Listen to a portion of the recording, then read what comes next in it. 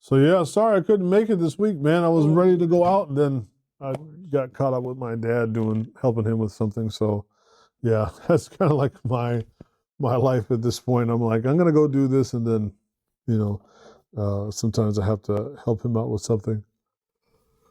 Yeah, but I still very much would like to go. Like I said, I was reading that book, or I had just perusing through it, and I had thought of you. I was like, I wonder if you ever encountered this guy, E.F. Schumacher. Yeah, interesting guy. That again, talking about like sort of like the economics of a smaller scale. Small is beautiful. I think it was called the byline, like economics if people mattered, which is, um, kind of funny. British statistician and economist, born in Germany, died in Switzerland. Yeah. But I know that he is somebody that has been referenced by some like academic Christian thinkers, who maybe like when we were talking last time about like the Amish, right? For some people, like that's a little too extreme to like go fully Amish, right? And so he presents some ideas that are a bit more, I guess you could say, reasonable, and he also provided, I think, some criticisms of capitalism without being a Marxist. So I think that's also why he has some appeal amongst Christian writers, because especially more traditional-minded Christian writers that have a very strong axe to grind with Marxism and Marxist theory and whatnot. And so he kind of has a critique against capitalism that is also not Marxist. Interesting. It seems like much of the Christian, particularly the evangelical Christian arm, has become shamelessly pro-accumulation of wealth. And the reason that I say that is, for some reason, I get advertisements for like pro-Israel and pro-evangelical Christian stuff that come up on my YouTube from time to time. Which, how the algorithms come up that's going to land with me, makes me think that the algorithms might not be quite as good as people are concerned they are at this point. But yeah. Me too. I'm like, why is this in my feed? This is pretty bizarre. You think I'm going to donate money to Israel? Or you like? Yes. Is that what people that watch Al Jazeera tend to do? I mean, it does make one wonder, like how good is this algorithm? They talk about algorithms like they're so wonderfully intelligent, but I'm like, I don't know if these things really know what they're doing. I've actually wondered if it's trolling me. If it's so good that it knows that it's going to get under my skin, and it's just like interesting to. But anyways, I saw this advertisement of this person who was claiming to be some kind of a pastor that was literally doing like like an investment wealth creation, those. Oh yeah. He was literally a pastor and a investment guy who was going to teach people how to use leveraged money and interest and all that to get rich with other people's money, that whole thing, which really makes you wonder how that gets confounded with religion is of any kind is really symptomatic of the times we live in, I guess. Yeah, I mean, I think that I mean, obviously money is important, and economics are important, and there's I mean, I think that's why in Islam, like one of the pillars of Islam is zakah, which is another way to say, and I'm paraphrasing, so hopefully nobody will would freak out, but it's also like kind of saying that one one of the pillars of Islam is mu'amalat, like it's transactions. Because while zakah is not in and of itself a transaction, right? It is related to transactions because of, I mean, unless you live in some absolutely bizarre scenario where you're only subsistence farming, there still would be zakat due potentially, right? But I'm just saying, like, obviously, like living in a world where everybody's only subsistence farming is highly unlikely. But no, it is interesting to think that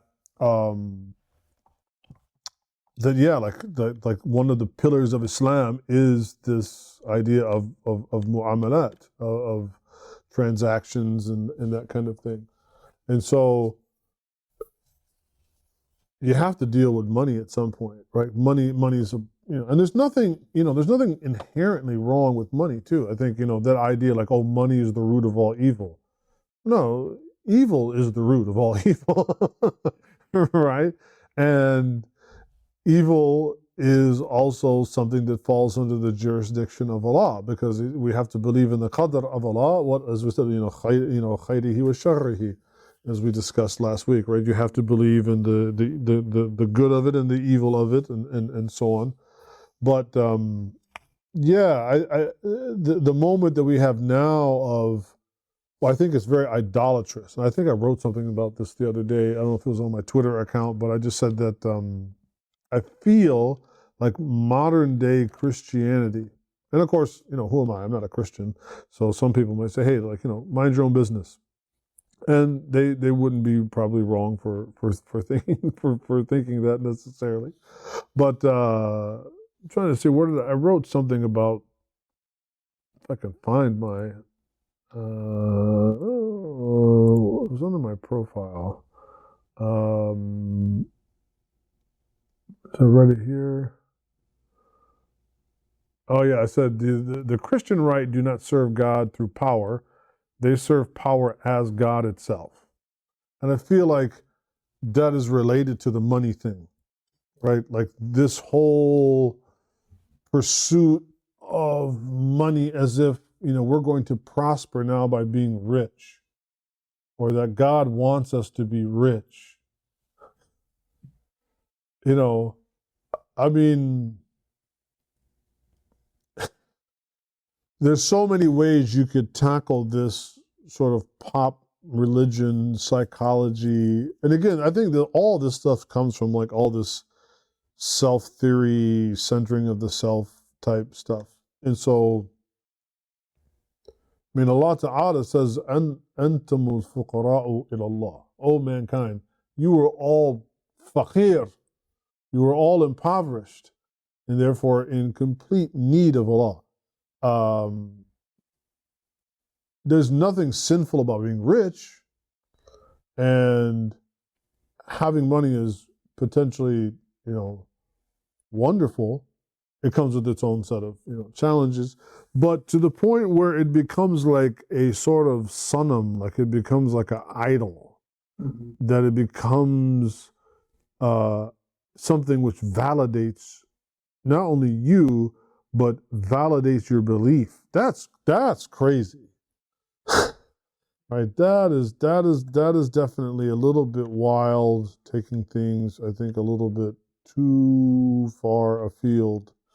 And so I was just commenting on like some things that I observed, like when it comes to, the Christian right. I said, perhaps in their servitude to Israel, they have become like the ancient Israelites who made an idol out of what they perceived to be power, the golden calf. Right? And I kind of feel like that's where some, not obviously all, but that's where at least this popular MAGA Christianity is kind of at. Right? It's really weird. Yeah, it is really weird. But then you have to be careful too, because I feel like there are some Muslims too that, like, have this, again, alhamdulillah, nothing wrong nothing wrong with money, and nothing wrong with making a lot of money. The issue is more like, A, is it earned in a way that is permissible, and B, is it purified? Do you pay zakat?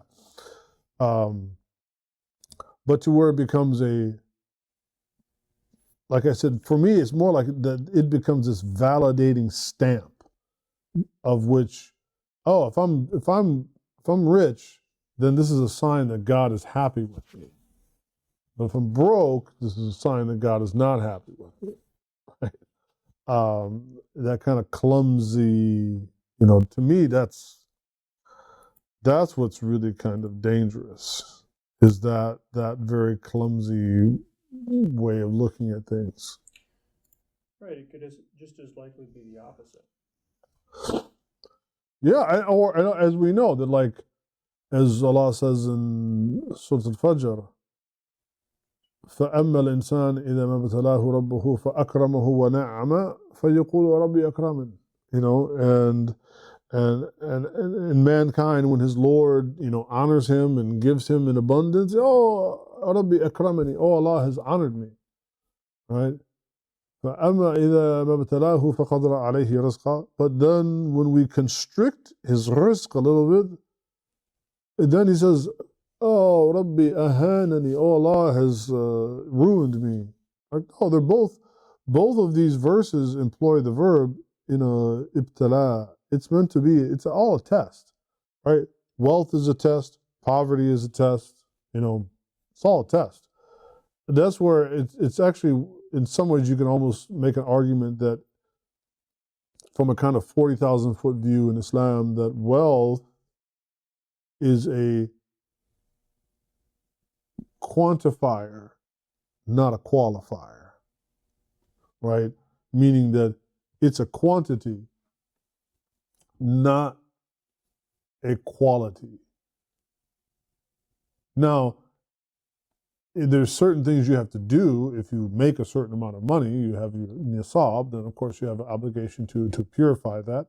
But it's not a qualifier that you get to a certain point where you make a certain amount of money and now you're golden. Mm-hmm. Now you're in the clubhouse with God. Now you're in the rarefied air. Your portfolio is reached a certain point. So that's what I mean. It's more quantitative. And in fact, you could even make that argument that money in Islam is a binary. It's quantitative in that either you make enough to pay some zakat or you don't. Either you meet your nisab or you don't. So that's really like a binary. Like either you're in the nisab or you're not, right?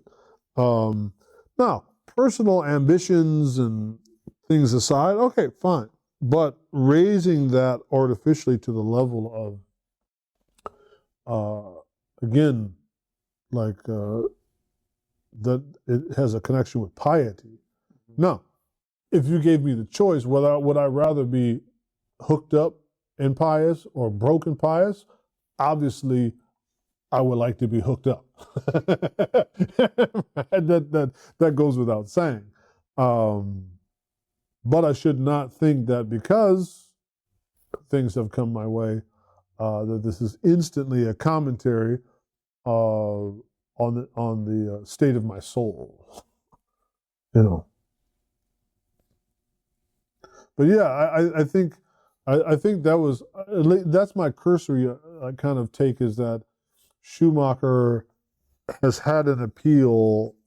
And I thought about, we haven't done this in a long time. I was like, we need to get our book club going again and like really start doing some reading, because Fahad, he's always reading these, pop psychology, self-help books, which is great. I mean, we should be, when I say read them, like we should read them because we should kind of be in touch with popular sentiments. Like what is resonating with people today? Just so we know like what is resonating. Not that we need to ape and imitate that and follow that. if anything, like just so that we can, we need to have the intel of like what is happening on the field, right? If for nothing else, so that we can counter that, right? Or be aware, because I think, as one of my friends, Sheikh Jabril, has lamented, he said, man, when you look at, when you look at the you go to most masajid, especially in America, and whoever's going to be giving the khutbah, it's kind of like the TED talkification of the minbar. So the khutbah has now become like a sort of self-help, TED talk, motivational speech, which is not what the khutbah is. Particularly when it's a young khatib. Yes, and not even sometimes young, because you will hear, what do we always hear from the older people? Oh, we need relevant imams. Well, what does that even mean? What does it mean to be relevant? What do you mean by that, right? Do you mean, actually, let me go back. Let me go back to my first question. What do you mean by that? Like, what do you mean relevant? If I'm discussing the Book of Allah, if I'm discussing the Prophet ﷺ, the onus is upon you, the audience, to find that relevant, right? Which is actually very Quranic in and of itself, where Allah Ta'ala would tell the Prophet ﷺ, just deliver the message. You don't need to be relevant. Just deliver the message. And then what happens after that, right? That's not on your shoulders. But there's a great amount of pressure today put on, imams and khatibs to be relevant, as if we have like quotas to meet. And I mean that, like, as somebody that's worked in that space, like I have that experience of like, what does it mean to be relevant, and is that not potentially like, is that potentially not a real problem? At least for me, it is. Like I find that to be terribly, terribly problematic. So yeah, I think that I don't know. I kind of like almost lost my train of thought. I mean, we were talking about Schumacher, but yeah, that TED talkification, or being, I said being aware of like popular psychology or other popular things, like as I was saying about Douglas Murray, I can't stand that dude. Oh, I like it, yeah. I cannot. There's some people that like just their face. I'm like, that dude makes me want to do acts of violence. Like, yeah, just smash them together like two melons or something, right? No, I cannot stand Douglas Murray, and he is the perfect embodiment of the smug liberal elite, like what people like Catherine Liu or Chris Hedges call the professional managerial class, like the people who are these like smug elites. In fact, it's people like Douglas Murray are the reason why so many people would vote for Trump, because they're just tired of like liberals sneering at them and staring at them down their nose. Like this is, I think, my brother, my oldest brother is kind of funny. He's somebody you would definitely call like a liberal. He's not religious, very, very, very, very liberal. And so he listens to people like Bill Maher and stuff like that. And so he's always going off about Trump and the GOP and the conservatives and how they're, horrible and this kind of thing. But I'm like, the liberals are also, there's a reason why they did so bad in the last election. Like, there's just a lot of people that are tired of dealing with that being talked to in that way, that you are like morally irredeemable, you're morally juvenile, that things that you hold near and dear to you are ridiculous and are not worthy of consideration, and that actually this is the book that I've been reading lately. I've been reading a lot of her stuff lately. It's called Virtue Hoarders by Catherine Liu. And so she's actually here in California. She's at UC Irvine. She's interesting. Marxist, like definitely on the left, like super left, in fact. But she's like somebody on the left that you can, like you can have you can have an intellectual conversation with. You could listen to her and say, okay, obviously I don't subscribe to Marxism, especially in its sort of like hyper materialist, all history is about just obviously I reject all those things with Marxism, but she does have some really great critiques of the left, ironically. Like she's very critical of the kind of neoliberal, this new iteration of the left. She's very, very critical of them, and I find her observations actually quite astute.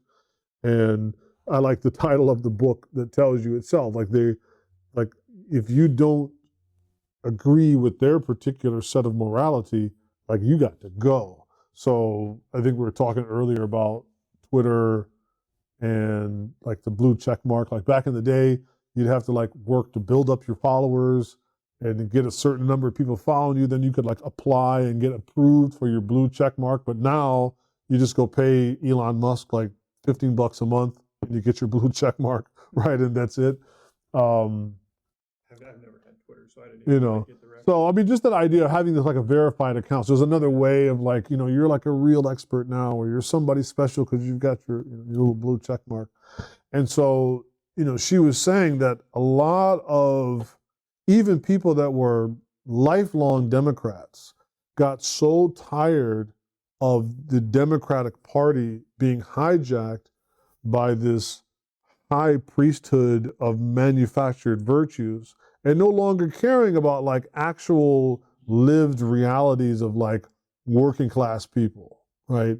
Like, what am I going to lose my job? What about my wages? What about things like healthcare? That are like the things that are the preoccupation of regular working class people, which was before the kind of bread and butter constituency of the Democratic Party. That all got replaced by who's going to be allowed in the bathroom and who's going to be able to compete. Now there's a dude playing on my kid's soccer team, my daughter's soccer team, or like all of this pronoun stuff. And while even in one of her observations, and I'm paraphrasing, she's like, even though many people on the traditional Democratic left might even be sympathetic to some of those causes. Now, we might disagree with them as Muslims about, LGBTQ, transgender, whatever, right? And they're like, sure, we care about those things too, but not to the point that nothing else gets discussed. And we're just talking about this sort of like abstract virtue policing somewhere in orbit. Meanwhile, on the ground, I'm paying $20 for a carton of eggs. Like the Democratic Party got so completely far away from that. And so what she points out is like, yeah, like they became hijacked by this virtue hoarding elite. And I think, like, for me, Douglas Murray is like a perfect example of that, where it's like he's not going to really engage you on your ideas. It's just if you disagree with his worldview, you're a moron. And that's it. Very pseudo-intellectual. Yes. Like whenever, I always wonder about the people that get goaded into having conversations with him. Like, I don't understand why. I've only maybe watched a couple of his videos because I try to stay away from this kind of thing because I don't understand. I don't think it benefits me in any way. You are probably right about that. Him, but you have this panel of Niqabis talking to Douglas Murray, which in of itself is like. Who thought that would be a good idea to go on there and do that? Like, Right. why are you subjecting yourself to that? You know, I always think like, who does this to themselves? You know, you're going to be humiliated. Do you think the chessboard is equal? Yeah, yeah. You know you're going to be humiliated. You know you're going to be made a caricature of. You know none of your ideas are going to be seriously entertained, which is not the same to be with accepted, but just your ideas are not going to be truthfully grappled with in any sincere, meaningful way. You're just going to be slapped, so to speak, Yeah. you know, and kind of run roughshod over just for the entertainment part of it. Like you're there just as like what's the old term they used to use in wrestling? You're the heel, Yeah. right? I mean that's what it is, right? You're the heel. You're there just to get beat upon Yeah. Right. you know, and then at the end of the day, no, like who goes on these shows and does that with Piers Morgan or Douglas Murray? Like I don't understand people that go do that stuff. It almost kind of gets back to a conversation around Dawa and like what is our role in Dawa? Mm. Because, and I've certainly found myself, now I'm aware of it and I try to avoid it, but early on when I would tell my friends about Islam, I'd be telling them about things about Islam that really aren't the reason that one would accept Islam. Like the community around the masajid, Right, right, right, right. how fun it is to go break your fast with the brothers and all that kind of stuff. Maybe that's enough to say you should come check it out. Why don't you fast for a day and come break your Right, fast with us right. and see how things are. But it's definitely not the why behind. It's like you know, buy yourself a translation of the Quran. I'll send you one. Read it, and if you believe it, then become Muslim. And if you don't, then I have invited you to Islam. Right. I can sit and talk to you about, well, how do you feel about homosexuals or this, that, and the other thing, and Right. isn't it discriminatory against homosexuals? It's like But we discriminate all the time, right? I think it's like what I think the real issue with, I mean, everybody has their things that they discriminate on. And I think this is what annoys me the most about what I would call liberal discrimination is that they pretend that the things that they discriminate upon are not discrimination, but are just normative, transcendent human value, right? So, as a religious person, and more specifically a Muslim, I might object to gambling. I might discriminate where I don't want to have gambling in my neighborhood. I don't want to have prostitution. I don't want to. I don't want to support gay marriage, right? In the masjid, I don't want to. I think that homosexuality is an abomination and a sin, and so on and so on and so on, right? And they will say, "Oh, you're discriminating," but then they have their own forms of discrimination, which is like, what if you don't agree that that is a good thing? Then they're going to discriminate against you. What would be beneficial is to say, like, hey, look, I've got my set of tenets that I believe in, that I present as truth claims, as morals and ethics, and I do that unapologetically and from an obvious point of particularity. Now, I might believe personally that those are universal truths, but I'm coming to you and meeting you in the middle as a set of particularities as a Muslim. And then you meet me in the middle as an atheist, as a Buddhist, as a Jew, as whatever, and you have your own set of ethics, morals, truth claims.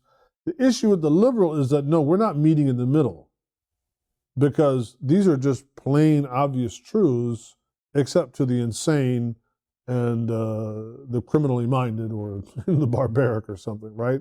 And so these are just the default values that any human being would have. And that's the problem with things like human rights and framing things as human rights and this or that, is that if you now have something, a belief or position that pivots or differentiates from that, and now that's been labeled a human right, that's essentially the secular version of Sharia. It's like this is a transcendent law of which you can have, absolutely, there's nothing that you can use to assail to that. And so they present their value, they present their claims as nothing other than mere obvious self-apparent truths. And that's what I can't stand about, that's what I mean as part of this kind of like liberal smuggery, if that's a word, like their smugness. And that's why I wouldn't, you couldn't pay me enough money to go on Bill Maher and discuss anything. Because I'm not going to have some dude slap me around like a pimp for their own pleasure and their own entertainment. And at the end of the day, you're not actually going to wrestle and contend with any of anything that I've got to say.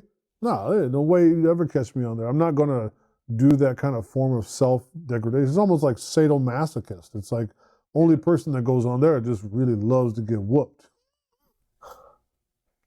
Well, and they say things that will goad you, they have their talking points that will goad you into saying things that they already have a chess move to counter. Yes. That, it's I remember you saying something about when, Muslim women go out and protest, and then you get a police officer touching a Muslim woman in hijab, putting you, and now you're in a position where you have to either commit a crime that will forever make you a criminal in the eyes of our criminal justice system, or stand by and watch that.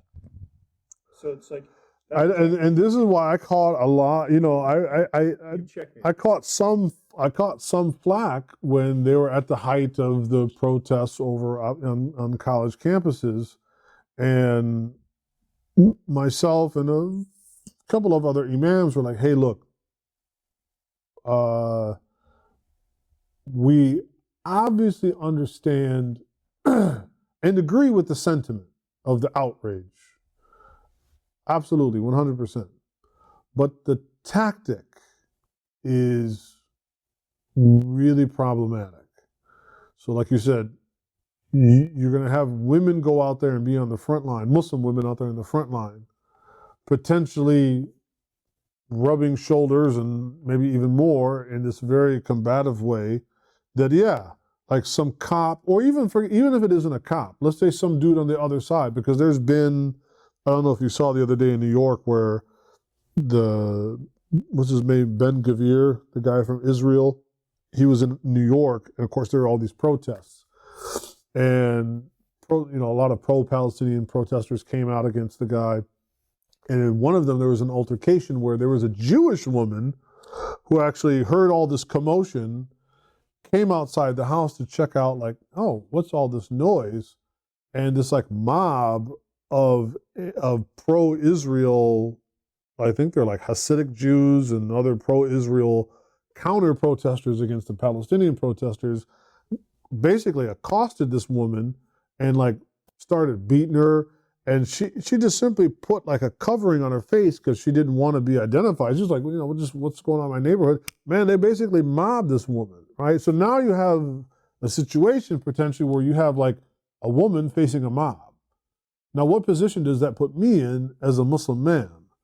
Either I'm going to be emasculated and let one of my women get run roughshod over, or like you said, I got to step in and do something that might have far-reaching consequences, right? Way beyond protesting about this. So when I was trying to tell like the Shura Council and some of these other councils, like, hey, I don't think this is the best tactic to deal with the situation. I don't think you guys have thought it through, and this is pure emotionalism. Secondly, this is obviously like a play out of somebody else's playbook. This is not our playbook. This is their playbook, and now you're following it. I don't think that this is a good idea. I was accused of not supporting Palestine and a whole bunch of other stuff. I'm like, okay, all right. But yeah, I still think that Muslim women going on campuses and protesting and potentially getting in physical altercations, either with counter-protesters or with law enforcement, is a very problematic thing. Now, I know I probably will get roasted again for it, but I just, the whole scenario, and I always forget her name, that Turkish woman, is so difficult for me to accept that occurred in this country because Although the girl who wrote the blog post or something. yeah, but did you read the article? No, It's not. I was told that like there was nothing. She was criticizing her university for not divesting out of Israeli companies. Sure. Like, I mean, that is in Yeah. no way inciting violence. It's not inflammatory. It's Right. within the purview of what would concern a woman in her position. She wrote about it in an op-ed. It's, you know, it's like the fact that that led to her being accosted on the street by plainclothes federal agents, and where she was violently arrested Yeah. and taken to a detention facility, which I have in Louisiana, overnight while she was on her way to break her fast during Ramadan with her friends, was like, Yeah, that's some like Gestapo type stuff, right? I mean, well, I think it's not ironic that, you know, the right has been on their own kind of virtue hoarding rampage for the last couple of years, kind of raging against Biden and Harris and the liberals and right? And so it's funny, like what they've been raging about wokeness, but we just have our own form now of conservative wokeness, right? So like they complained about the liberals. Oh, like if you say anything against if you disagree, if you just simply say, you know, as a Catholic, I cannot condone homosexuality. Like you could lose your job. There were people in the medical field that were like, hey, look, like I'm a doctor, and they're like, I'm agnostic. I don't have any, you know, dog in this religious fight whatsoever. But purely as a medical practitioner, I cannot condone transgenderism for all of these valid medical reasons. They lost their job. They would go out. You could make a post on Twitter, lose your job. And so the right complained about that. But now you go and you make one post and say like, hey, I cannot condone what the Israeli government is doing to the Palestinians. It's just reverse wokeness. It's the same thing. well, in you know, my familial and social circle, there are still people that will openly say that they support Israel, and it's just like, what are you supporting? Like, like, Yeah. like you, like, let me get this straight. You think that we could, you know, whatever happened on October 7th, whether, you know, you can. Of which we don't know. That's the thing. No, It doesn't make logical sense that so-called jihadists would be believing in a religion that prohibits all of the things that they're accused of doing. and there's a lot of testimony from these hostages that have given clear testimony that they were treated very well by the people. So on right. So you're telling me the same group of people that went and violently raped and attacked allegedly these people, then took them, right, exactly, stopped to make a pizza along the way, threw babies in ovens, right? But then took some of them hostage, and then now are treating them like their own family. Like there's a lot of inconsistencies here. Secondly, and there's been a lot of, there was a guy who actually worked for the IDF that was like, how were they allowed to even make that breach if that happened? Like there's so many questions of how this should have been an absolute technical impossibility. Why was the response so long? He said, we could have had a chopper in the air in like 2 minutes. He said, we trained for that stuff all the time. We've got all the best stuff, right, from America. Like there's just so many questions of like, something's not adding up here. But if you just simply say like, you know, you want me to trust you that what happened on October 7th was horrific without having actually seen any proof of this alleged, you know, atrocity specifically committed by these people, I'm sorry, but I have no obligation to trust you. I actually have an obligation for you to show me the proof. Now, if you show me the proof that these people did something heinous, I have no problem standing for what's true, and I would never support somebody that does something heinous. But until then, I'm not going to, well, okay, but just trust me. No, I don't trust you. I have no reason to trust you. Well, and then even just like, okay, let's just, obviously you and I view it a certain way, but let's just say that you believe what occurred on October 7th is kind of like what the media has portrayed it to be. To say that because some people did a thing, that justifies indiscriminately killing literally hundreds of thousands of people. I mean, that was the guy, Dave Smith. Again, I'm not a huge fan of Joe Rogan, but that was the whole Douglas Murray thing, right? I mean, so Joe Rogan had this guy called, I think his name is Dave Smith. I think he's a comedian. I don't know. Anyway, they were discussing the whole issue of Palestine, Israel with Douglas Murray on the show. And on the show, Dave Smith is like, even if just what you just said, even if what you said, these atrocities were committed. He's like, imagine somebody somebody kills your daughter or somebody kills somebody in your family, and then they run back and they hide in an apartment building, and you know that there's a ton of other people in that building that have nothing to do with what that person did, but your response is to basically raise that building to the ground to get that one person, but that also come at the consequence of killing like a whole ton of other innocent people. He said, then just tell me that that's acceptable, because that's what is happening. He's like, you want to keep dancing around this moral issue, but what you're saying is that for these alleged people who committed an alleged crime, the people who are definitely not alleged to have done anything whatsoever are equally culpable, and therefore could just be like, that's an acceptable human cost. And that's where Douglas Murray was like, oh, you silly little thing.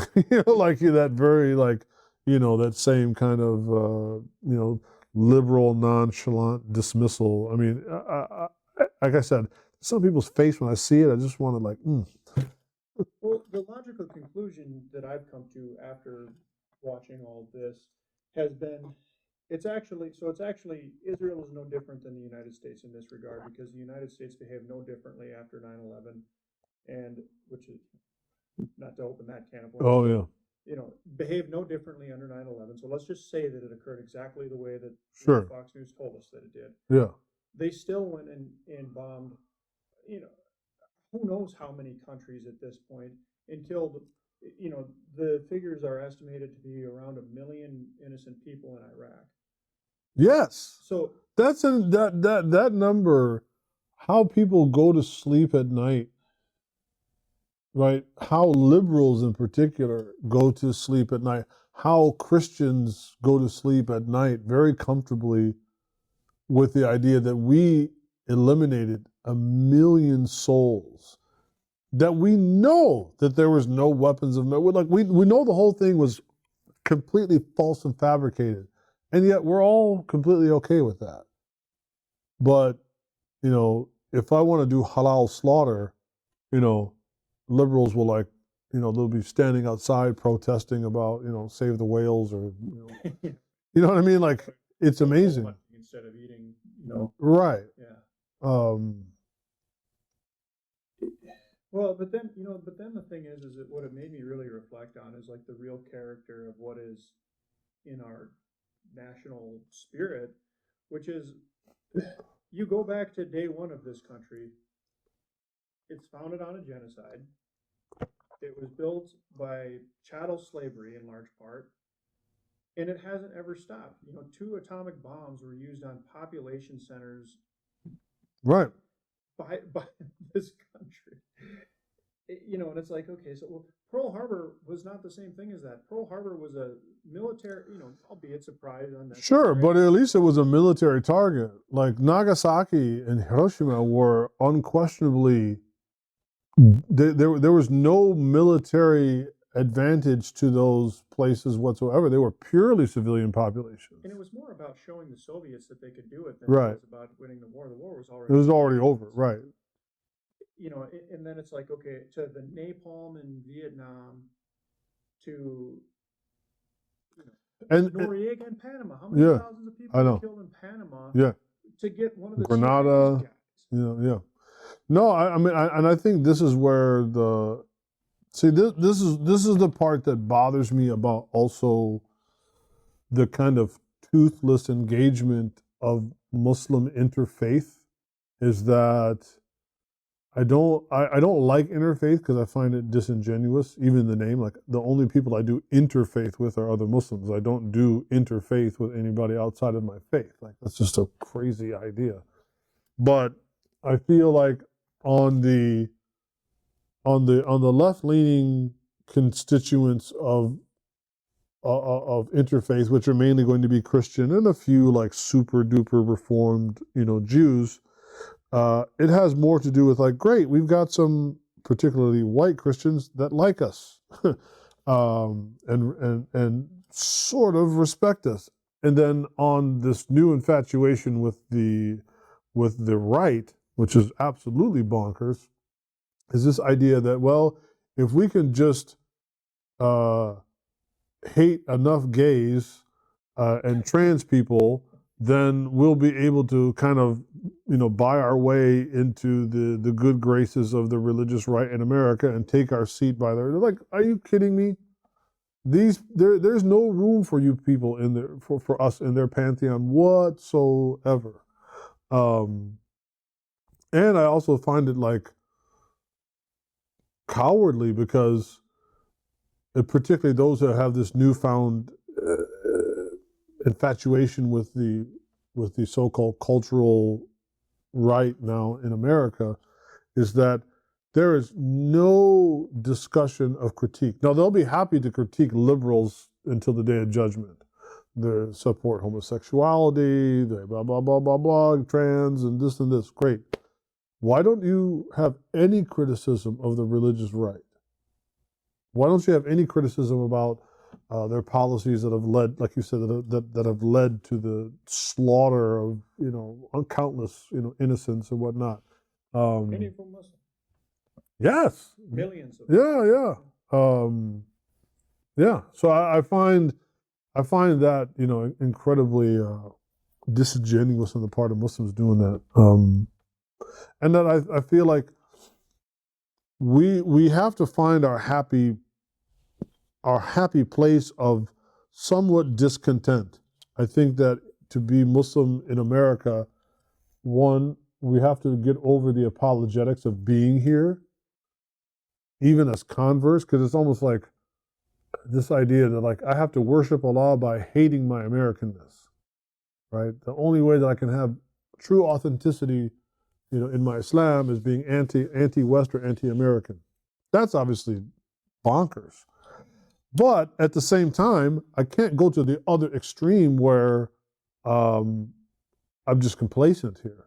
Like we have to be willing to occupy that somewhat, like I'm here, but I'm not going to shut up. I'm not here to tear everything down, but I'm also not here to like, wave at the passing, brigade of, or like, what do they call it? When Hitler used to come and you'd have to stand there and wave flowers at the dictator, like I'm not going to be that either. Like I'm going to be somebody that, yeah, this is where I'm from. This is my culture. I have roots here. I have family here. I have people here that I care about. I can care about my society, but at the same time, I will never ever be silent on critiquing when something's wrong. I have to. Like I have an obligation. In fact, if I didn't care about it, then sure, maybe I could. But the fact that I do care about it, I have to say something, right? And so, I think the challenge will be for those Muslims that have their, and understandably so, axe to grind with American foreign policy. Obviously we do as well, but that cannot come to the point of a complete self-ostracization of myself from my own, like self-exile from my own society. And Allah is not asking that I do that. And I don't think that is healthy for the cultivation of Islam or of Muslims in America. Forget about Islam. I don't think that's healthy for the cultivation of Muslims in Islam and Muslims in America in terms of their future. Yeah, you can't live like it's just like we were talking. You cannot live your whole life always feeling like you can never unpack your bags or like you're a stranger in your own house. Like that's very unhealthy. Um, yeah. Yeah. No, I've recently had some strife with my own family over this the immigration thing, the deportation of immigrants, because one, I've come to realize it's far worse than what we know. And the reason that I know that is that, I told you I had that interview with that company. And Mm, so I went through the interview process and everything was great. And it was a job that would have represented very substantial career progression yeah. and really would have. But I started, learning about the company, and what I realized is this airline is literally buying Airbus 320s, which seat, depending on their, say 200 people, and they have three different bases that they call their ice bases that they're running daily flights through. So yeah, three daily flights of deportations of people from, Louisiana, Harlingen, and then there's one in the Phoenix area. Wow. So that's the scale of this that is occurring. And they're taking people, I look at their flight logs, they're taking people to Guantanamo. Like, what's going on in Guantanamo? Like, who is Mm, being taken to Guantanamo right now? And these El Salvadorian mega prisons. And then there's all these cases in the media of people that are falsely accused or whatever. But the bottom line is we have no idea how many people are falsely right. accused of things because they're not even being pretended to give a trial to them. They're not pretending to give a trial. Right. They're saying that they're not U.S. citizens, so they don't Yeah. get a trial. Which is astounding that this is occurring in our country right now, and that and I guess like the other thing that I've learned is that under the Biden administration, they allowed people to come into the country with the understanding that they would, at a later time, get a court hearing to determine whether they qualified for Right. refugee status or not. Which you can disagree with that policy very reasonably. I totally understand the perspective that may not be the best idea. Sure. I get it there. But now these people are being rounded up by goons that take them to prison and shipped off to Who knows where? who knows Yeah. where, usually not even their own country. Yeah, that's the crazy part. Yeah. We're all, and then there's some, everybody wants to hate on the Colombian president that's a former FARC commander, which is kind of a type of poetic justice in my mind that, they go and establish democracy in Colombia. Yeah, yeah. Democracy takes hold, and who do they elect? Yep. Yep. Petro. But anyways, Yeah. he seems to actually be genuinely concerned about making sure people have a full belly. Yeah. They're receiving, immigrants, and they don't have the resources to do that. Obviously not. No. So I turned down the job because I'm not, It's for ethical. right. Yeah, There's more to.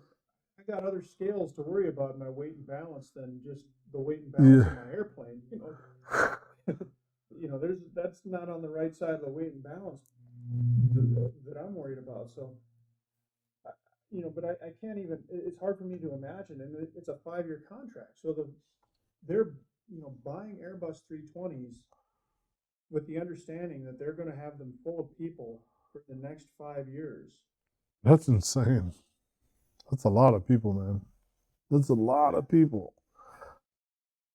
Yeah. And then there's like stories, once you start getting into, the more non-mainstream articles, flight attendants having to administer oxygen to children, and then being reprimanded by the ICE agent on board for talking to a child that was dying. Like they were supposed to just let the kid die and not. There's another story where they were taking a bunch of Somalians back to Somalia, and they had a stop in, I think it was Senegal, and they got delayed there for whatever reason. and they were on the ground for 48 hours, and the people weren't allowed to get up and use the bathroom. So people were soiling themselves and sitting in the plane for 2 days. Wow. It's like these are the things that are happening right now, and there's definitely a lot of decent people in this country that, I know I was talking to one guy that I work with in particular. He's not religious in any way, but he's looking like anybody. He's looking to, progress in his career, and he's like, yeah, I wouldn't apply to that. But they're never going to have problem hiring Oh, I'm pilots. sure. Yeah. They say like the guy that well, first off, the guy that interviewed me saw that on my resume that I was a former infantry officer, and he did the math on the days. He's like, oh yeah, so you must have been in Afghanistan. And I was like, yeah, yes sir. Was it? You kick in any doors? Like, I'd like to kick in some teeth right now.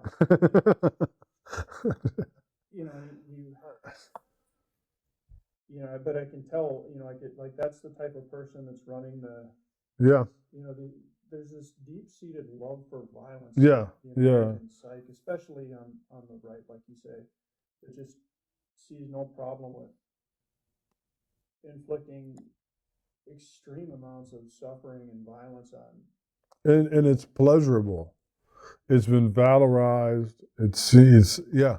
It's It's funny to them. like I said, I forget who said it the other day, but they're like, this whole MAGA movement has encouraged, as an important, how large, who knows, but at least a significant or an important portion, a vocal portion of American Christianity. It is moving it from being a community that was traditionally the community of sympathy to now the community of apathy. Or even beyond apathy. Pete Hegseth claims to be a Christian, and he got Catholic. Yeah. And like other Crusader symbology. Yeah. That's not. You can have your beliefs, and that's fine. But the fact that the person that was selected to lead our military has made the decision as an adult. I think I'm not sure about this, but I heard it was like a fully developed adult, like in his 30s or something. This was not something he did when he was 18. Decided, oh, what would be really cool? Yeah. This will be really cool. I'll get this tattooed on my arm. I mean, that's. I don't think that's being apathetic towards justice. That's actively pursuing injustice, and symbolic of Yeah. Yeah.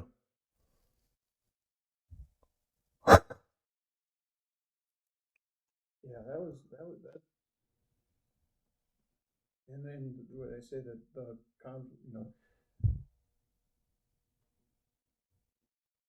Mom was telling me, she thinks that she's like, well, I still support Trump. I think the courts will work this out, and I'm still giving him a chance. I'm like, what else do you need to see? I mean, I was confounded, to be honest, initially, like in his first run, when, his personal, like, obviously aspects of his personal life came out. And it's not that it's like, okay, so he had obviously some infidelities in his personal life, but the fact that he could then also run on a platform of Christianity, I'm like, this is a mockery of Christianity. And I'm not even a Christian, right? But this is like a complete mockery of Christianity. How are other, how power hungry must Christians be? Or how power hungry must a Christian be to vote for the likes of a Donald Trump, that are willing to do some sort of like moral algebraic equation to come out with somehow that being good? It's just like, wow, I was like, man, they will literally, I mean, that is the manifestation of the verse where Allah says, "Wala tashtaru bi ayati thamanan qalilan." Like, don't sell my religion. Don't sell your religious integrity for worldly gain. And they have absolutely done that, right? Um,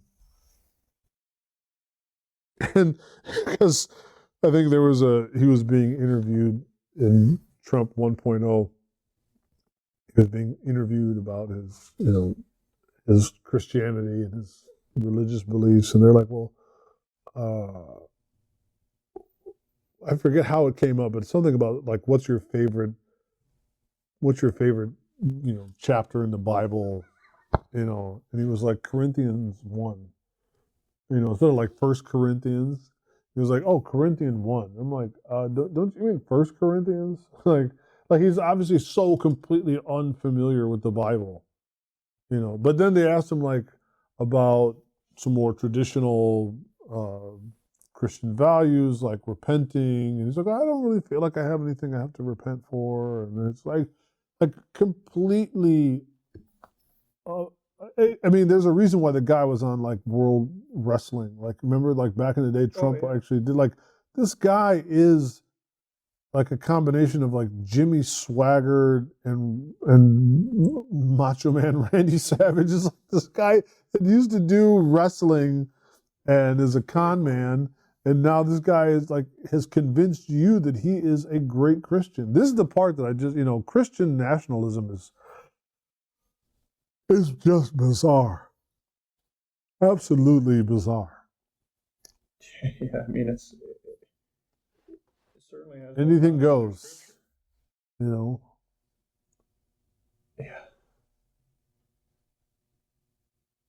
I mean, it's, it leaves, and that was kind of the other week I was asking you, so what do you do about all of this? And, it's like, do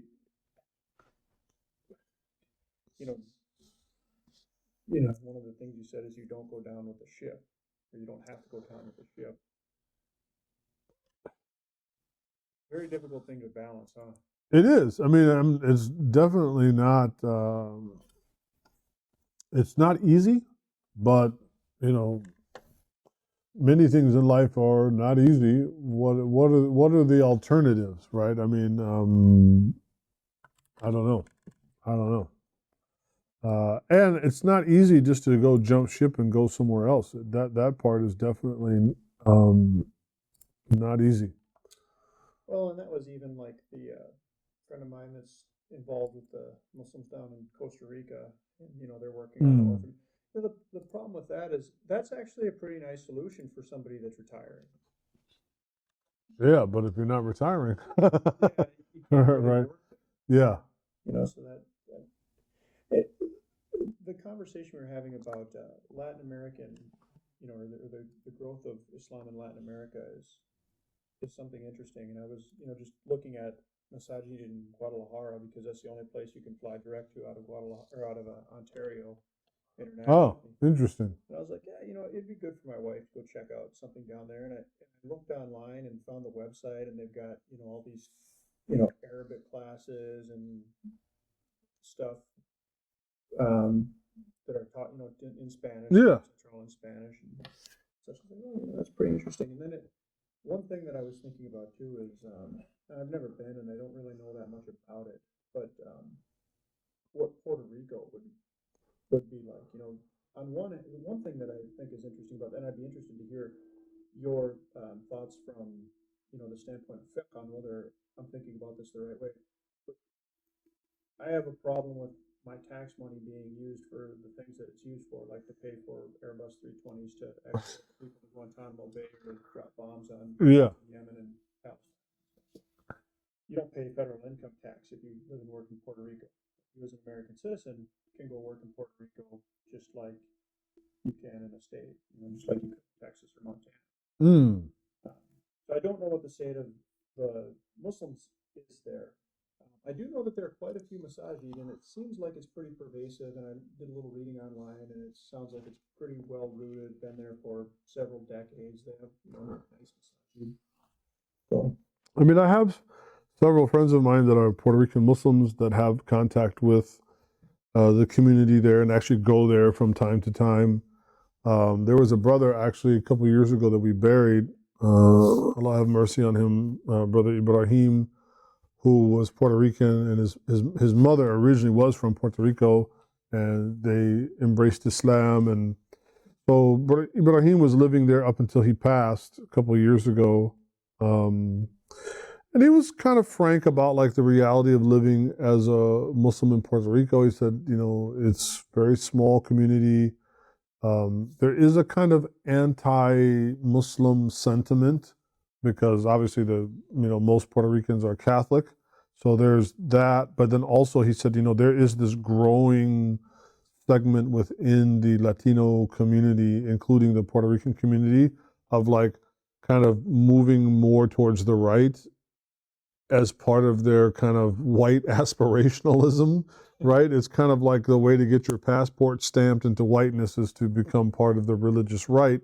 And so I don't know if you saw, like the other day, there was this, she's not Puerto Rican, she's Mexican, but like in Texas, there's a lot of like rabidly anti-Muslim, Mexican, Latino kind of political figures. And there's this one girl, I think her name is like Vanessa, I forget anyway. But anyway, she's like super rabid anti-Muslim.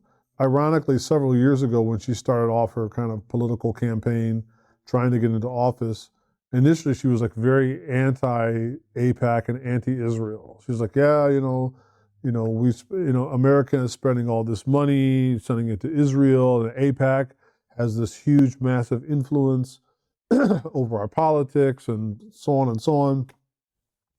And fast forward a couple of years, now she's like super pro-Israel, super pro-APAC, and super anti-Muslim. And so she showed up to some Muslims had some like Muslim day or something that was at the Capitol in Texas, and she showed up and like grabbed the mic and So what I mean, I know from what just Ibrahim had shared with me when he was living, he said in Puerto Rico that he said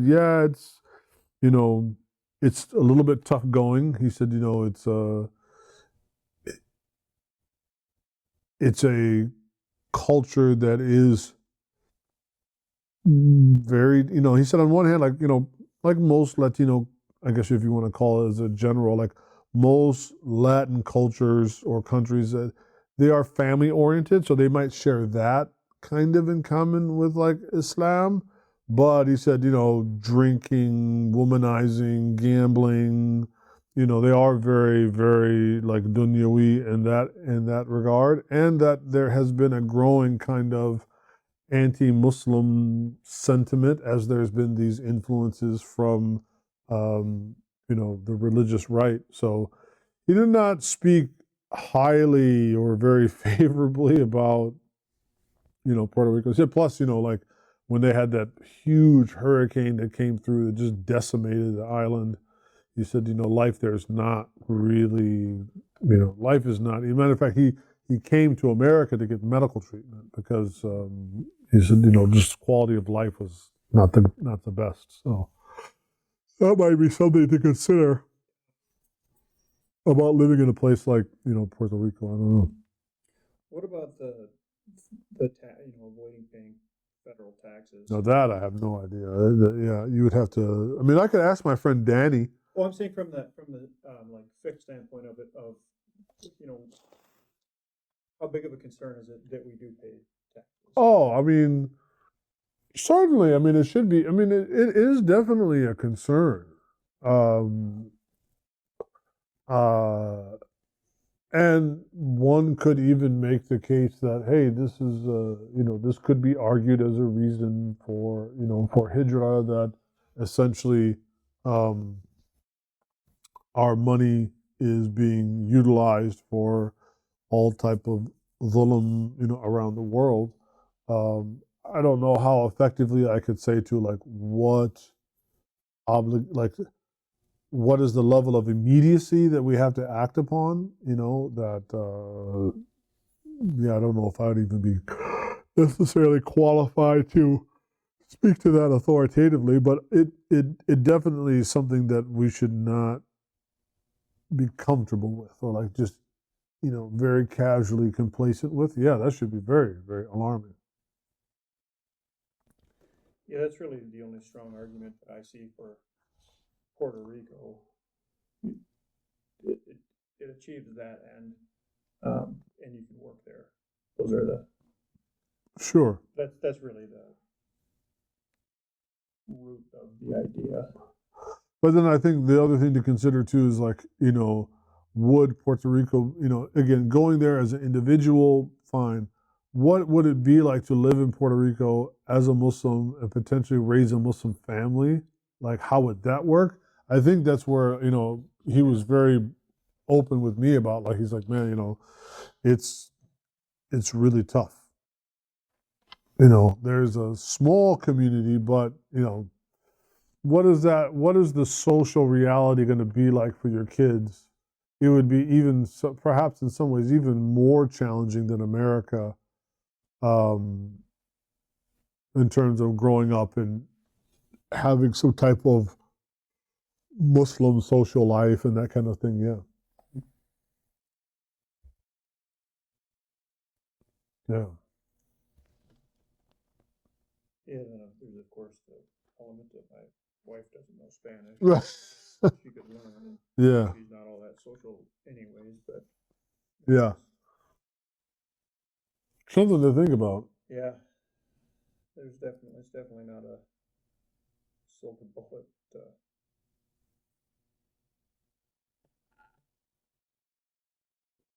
Alhamdulillah. Yeah.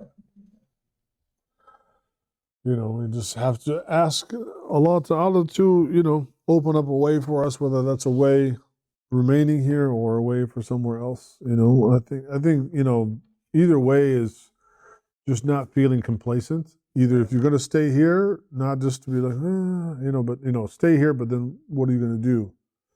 If you're not going to stay here, realistically, where are you going to go?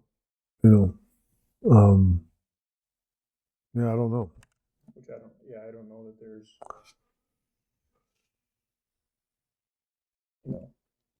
I mean, I guess you could go to the Middle East and, just kind of. But I think you have to be set up in a certain way to go to, and of course, Middle East is like, well, where? Are you going to Tunisia? Are you going to Iraq? Are you going to, Kuwait? Are you going to Qatar? Like where are you going in the Middle East, right?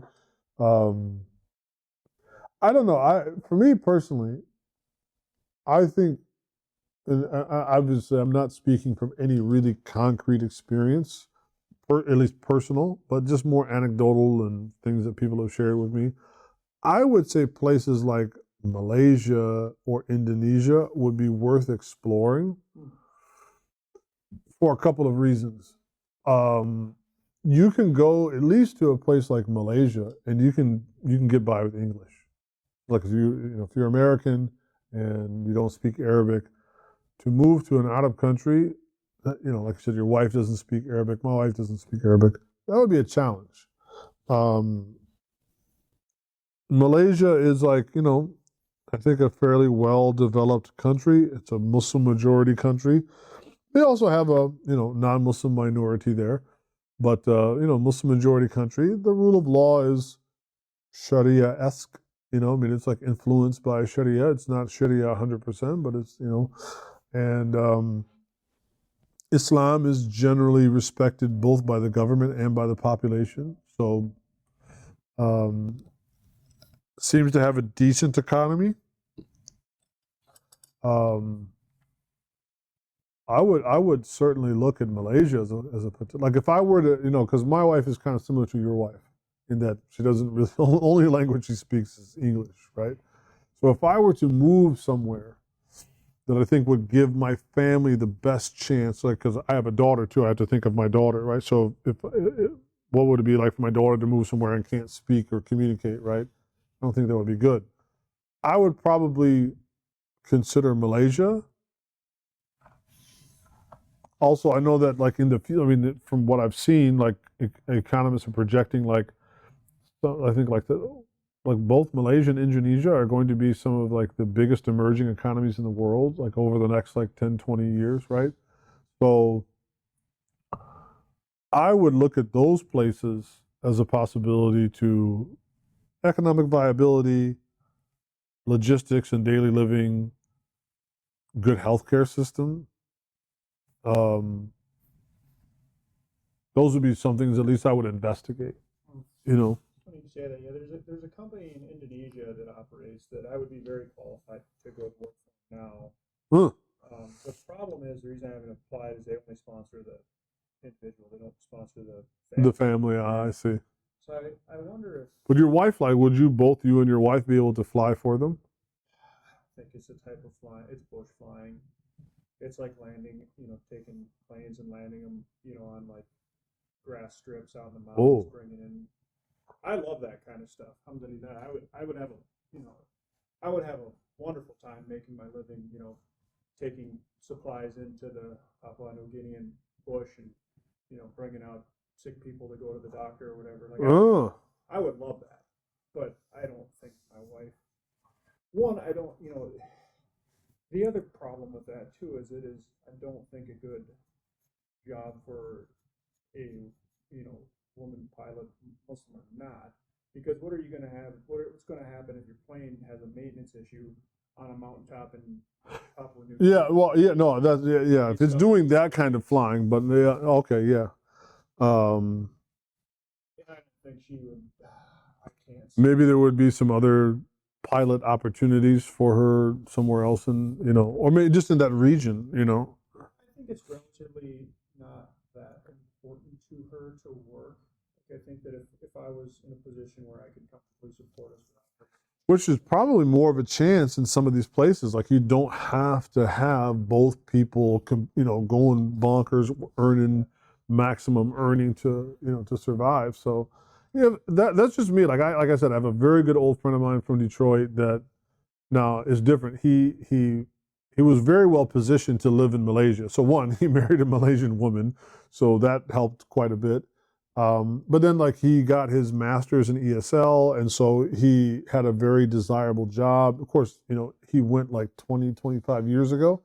So he was well positioned to make that transition to living permanently and working. And he's not even in Kuala Lumpur. He's in Kuching. He's on a whole nother island. But Zane's been for years has been trying to get me to come over and visit, and my wife is very intrigued by Malaysia as a potential place to go that is Muslim, but just would be, I think, an easier transition point.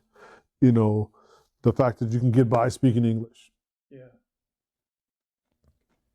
Yeah, when you consider your family, it changes it. I think for me personally, if I was going to pick a place and it was just me, I'd be interested in Kazakhstan.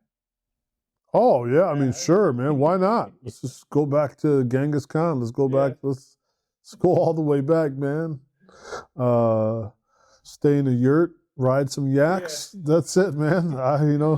Get my horn bow and a falcon. I'm good to go, man. One of those hats. Yeah, exactly. I'd be down for it too. I don't think my wife is going to be feeling it, but yeah, that would be pretty dope. I'm allergic to horses, but I'm sure I'd find some way to work it out. I think I mean, I have a couple friends that live in Turkey too. I'm just not sure about. Yeah, I'm not sure. It's more of a. I'm just not sure. I mean, I have a couple of friends that transplanted to Istanbul, so maybe, I don't know. Yeah, and I mean, sometimes if you look at what a lot of those governments do too, and you get into the point where it's like, how much better is it really?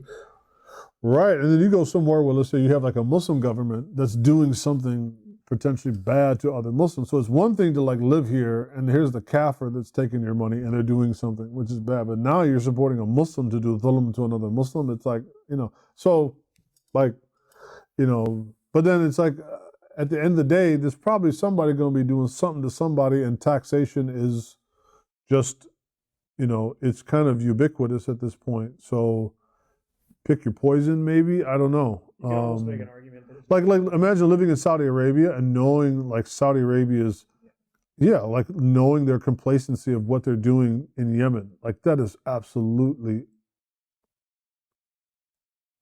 there's no excuse. Well, not even their complacency, their active involvement. That's what I'm saying, and it's just there's nothing you can say against that, right? To justify that. So, yeah, I mean, these are just the times that we live in that finding somewhere that is ethical, you might not be able to find it, and therefore you have to just do the best that you can and ask Allah for forgiveness for what you're not able to control of your circumstances. Yeah,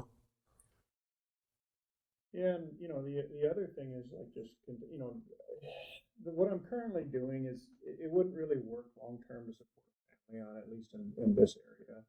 I mean, if I'd have to become an airline pilot if I'm gonna stay here because Yeah, it'd be so difficult to afford any yeah, type of a house to raise a family in. But alhamdulillah, hardly ever.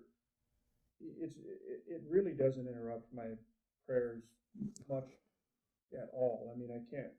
I think reasonable. I don't think there's another job in the United States that would be easier to adhere to like my basic 5 pillars. right, than the right. job that I'm currently in. Alhamdulillah. So and it's like even I make a traveler dua as part of my pre-takeoff brief, and I don't have anybody sitting next to me going like, "Huh?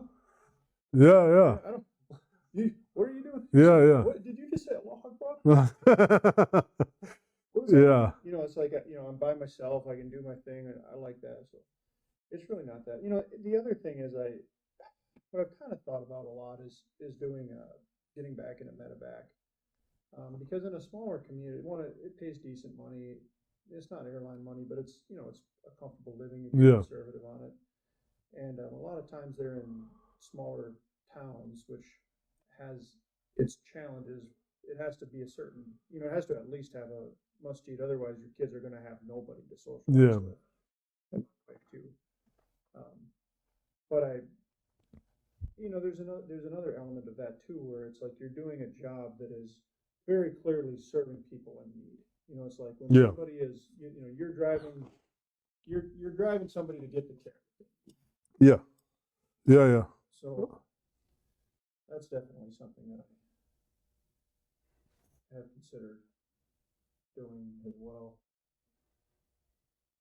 There's an interesting company based in San Antonio that has a King Air, which I used to fly those. And I think what they do is they pick people up in Mexico who are on vacation and get sick. Hmm. So you fly, you're based in San Antonio. You fly the King Air down to, Yeah, Puerto Vallarta. Well, probably. I mean, I guess maybe. Yeah. Probably more on the Pacific coast or on the Gulf Coast there. Right? yeah, Because that's where it would make sense to launch from San Antonio. right. Pick them up and bring them to wherever in the U.S. Which my understanding is San Antonio is a pretty good area. I've been now a couple times. It has not impressed me. I personally would not want to live in San Antonio. Texas as a whole, I'm not a big fan of. I know I'm probably not the best person to talk to because I know all my friends that are from California are like very jaded about California. I'm like, that's because you never lived anywhere else, right? So I grew up in the Detroit area. I lived in Philly for 10 years. I've lived in, other parts of the Midwest. I've lived in the South a little bit. And, California, for all of its flaws, is a pretty nice place to live if you can obviously afford it. It's hard to beat the weather, which for me is like I gotta live somewhere where I like the weather because it just has such a huge impact on my day-to-day well-being. So I personally really love California and I love the weather. Um, I do not like Texas weather. Texas is miserable. It's I mean, California gets hot, but in a different way. Like it can get hot in California, especially here in SoCal in the summer. But Texas heat is just, I don't know if because it's more humid or what, but it's just, man, Texas is just not comfortable.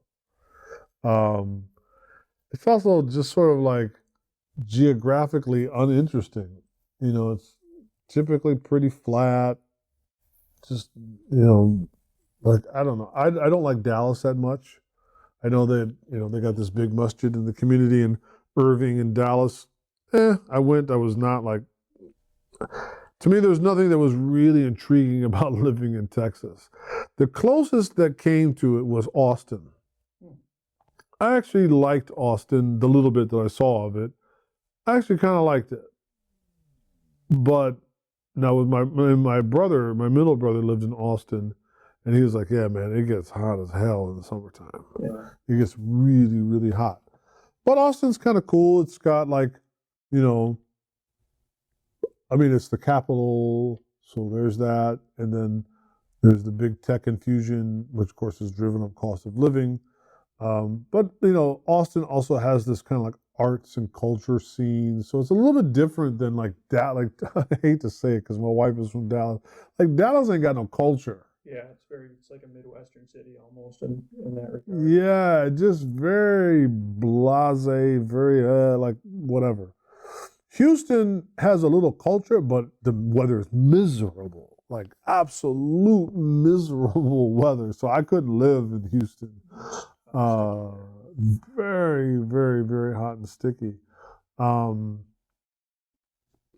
the rest of Texas, like my friend Abdullah kind of lives somewhere in the Fort Worth area, and I know it's cheap and you could get land, and I'm like, yeah, but then you got to live there. So for me, like I don't know, but that's just me. I know other people would be happy to move. I like California. Um, I love the proximity to the ocean and the mountains, and like just it's a very unique place. Very, very unique place. Um, so yeah, I know that for most people, it will be a challenge to live here financially. Yeah, I mean, you just have to accept a very different type of Especially if you living. want to own your own home. Yeah. And that's criminal. It should not be to the point where, I mean, like again, the median household here, I mean, a cost of a house is now $1 million. Yeah. That's insane. Because as a kid, the thought of $1 million home was something like a castle. Yeah, right. Like, that would have been my idea. If a house could have cost $1 million, it would have been like living in a castle, not living in like a 3-bedroom fixer-upper. Yeah. Um, and I say that as a new homeowner. Yeah. Alhamdulillah for that, but wow. Yeah, I mean, I think I told you I sold my house in Las Cruces for 210,000 when I moved, and it was like That's your down payment out here on a house. yeah, I know. Yeah, and I mean, it was on a huge backyard, third of an acre. That was my parents' house. I had basically a half acre of land. Yeah. Really nice. Really nice. The house was small, like barely 1,000 square feet. It was like one of those little tiny houses, right? Which is smart anyways in a lot of ways. Yeah, cheap to heat, I mean, I like the idea of having especially just because I have so many books. I like the idea of having a bigger house, but no, like that, small 1,000 square foot house, but like half acre of yard. That part was really nice. But yeah, like if you could sell if you had a house you could sell even like 300 grand, that's just a down payment on a house. Which is crazy. Like you're still gonna have a 30-year mortgage, and your mortgage is still probably gonna be like $5,000 a month, Yeah. even with like a couple $100,000 down, right? Yeah, it's crazy. Yeah, and I get very concerned about that because I really like to be in a position where when I don't want to do something, I can walk away from it. Yes. Yeah. Um, It's even like, even like the job that I just interviewed for, like I would have made a lot more money doing that. And if I were it wasn't really very hard to say no, but if I was in a position where I was behind on mortgage payments and had kids that I was struggling to put clothes on their back and whatnot, right. I mean, it's it becomes a lot more difficult to take the moral high ground. Yeah, yeah. Definitely. Um, And the shaitan gets in there and starts justify things like, well, it's not great, but I gotta, my first responsibility is to my family. So which is true. I mean, well, your first responsibility to Allah, but your first, dunyawi responsibility, yeah, it's to your family, man. And so it's hard not to make those compromises. yeah.